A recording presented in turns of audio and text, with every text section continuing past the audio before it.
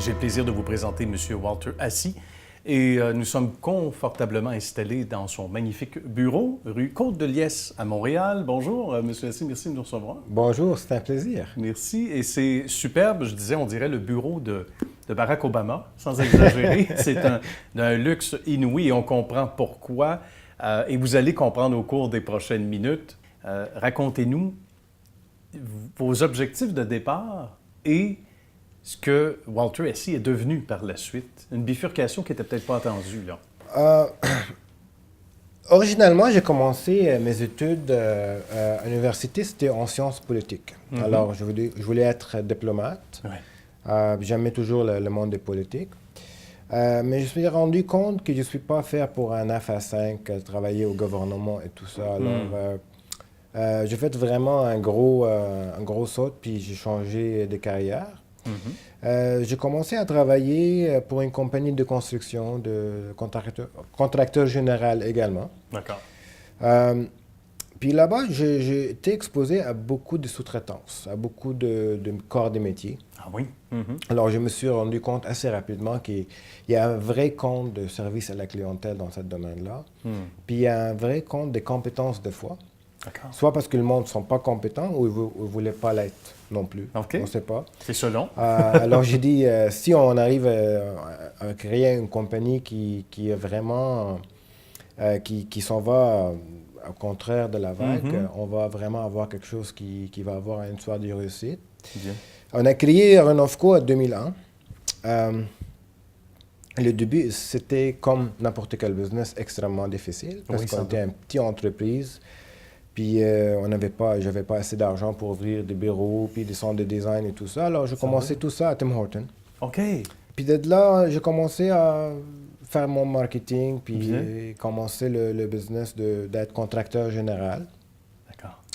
Ça n'a pas pris longtemps de réaliser que moi, j'avais les meilleures intentions au monde pour servir mes clients, mais je n'avais pas nécessairement la même collaboration avec mes sous-traitants. Ah bon? Parce qu'en fin de compte, comme contracteur général, tu es aussi bon que tes sous-traitants aussi. Ben voilà, parce qu'on est tributaire des gens. Exactement. On n'a pas le choix. Mais... Alors, tu promets les clients que l'électricien va être là à 2 heures, puis il n'est pas là. Ou le plombier va être là le lendemain, puis il n'arrive jamais. Ben, c'est alors, toutes ces choses-là nous avaient fait des changements assez rapidement. On avait commencé à penser vertical. On a dit, pourquoi pas commencer à créer un petit peu d'indépendance de différents corps de métier. Alors, j'ai commencé à avoir des employés. Bien. Un menuisier, un carreleur, quelqu'un que je peux avoir vraiment full control. Ça ne nous avait pas empêché d'avoir des sous-traitances, mais si jamais le sous-traitant ne respectait pas ce rendez-vous, moi, j'avais un backup. Voilà. Puis que je peux vraiment, que les gens peuvent vraiment voir que je respecte ma parole. Et de là, on a commencé à penser plus vertical.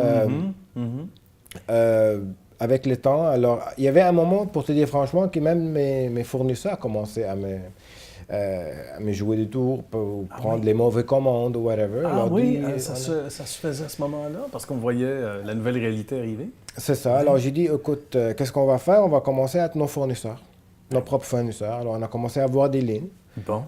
Des plomberies, des lignes de céramique, des lignes de différentes choses. Puis maintenant, on est devenu contracteur général, mais distributeur de produits également. Donc, c'est la meilleure façon de s'assurer, encore là, verticalement parlant, de s'assurer que le client, on lui dit la vérité, on lui fournit ce qu'il y a de meilleur. C'était important, même si ce n'était pas prévu initialement. Avec le temps, on se rend compte qu'on n'est jamais mieux servi que par soi-même. Par soi-même. Des belles leçons à retenir dans ça. C'est exactement ça. Ouais. Puis l'autre département qui est devenu vraiment plus mature aussi, puis il a fait gros aussi, c'était le département des pré-sinistres. Ah bon? De restauration après sinistre. Oui. Parce que la plupart de nos compétitions, leur marketing, c'était pour servir les besoins nécessairement peut-être des compagnies d'assurance. Il n'y avait pas nécessairement un centre de design qui peut servir les clients. Ah oui. Alors nous, on voulait donner service aux deux. La compagnie d'assurance pour respecter tous leurs protocoles, toutes leurs guidelines, puis tout ça. Mais en même temps, on voulait vraiment valoriser les clients. Ouais. Parce qu'à la fin du compte, notre client, c'est le même client que la compagnie d'assurance. Il faut qu'il soit content en même temps. Alors, au lieu de prendre quelqu'un qui est dans un vraiment mauvais état, qui a perdu sa maison, Puis de plus, on va rajouter à son stress de l'envoyer partout dans la ville pour choisir ses céramiques, ses armoires, ses granites et tout ça. On a décidé vraiment de bien entourer ici. Puis on l'offre, mettons, le service de design gratuit. Alors, on l'aide dans le plan, on l'aide dans les couleurs. Puis il n'y a pas vraiment, il vient ici, il est bien entouré, service 5 étoiles. Il ne paye rien de son poche. Puis il va vraiment voir qu'il y a un côté positif. La vie continue. On va prendre une mauvaise expérience, mais on va essayer de l'améliorer le plus rapidement possible. Qu'est-ce qui vous a le plus agréablement surpris dans cette croissance de votre succès ces dernières années? Pour moi, personnellement, ça commence chaque matin. Oui. Puis quand j'ai parlé de Tim Hortons tout à l'heure, j'ai parlé, c'était parce que ça me rappelle toujours de mes débuts. Ça me garde toujours groundé avec ça pour vraiment rester sur le terrain avec les clients. Pas vraiment dire, ah, OK, j'ai j'ai réussi, maintenant, on ne fait plus rien. Voilà. Il faut éviter d'être distant. Là. Exactement. Oui, tout à fait. Puis, d'être là, chaque jour, je réveille, j'ai hâte d'aller au travail.